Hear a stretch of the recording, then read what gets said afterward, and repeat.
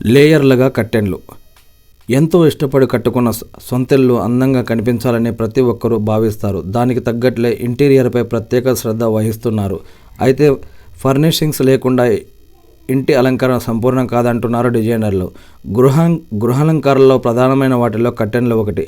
వీటితోనే ఇంటి అందం రెట్టింపు అవుతుంది. ఇంట్లో సాధారణంగా ఉపయోగించే కర్టెన్లు పగటిపూట వేస్తే చీకటి అవుతుంది, మూయకపోతే ఎండవేడి నేరుగా ఇంట్లో పడుతుంది. అందుకే ఇంటీరియర్ డిజైనర్లు 2 రకాల కర్టెన్లను డిజైన్ చేస్తున్నారు. తొలుత షేడెడ్ కర్టెన్ ఉంటుంది, ఆ తర్వాత మరో కర్టెన్ వస్తుంది.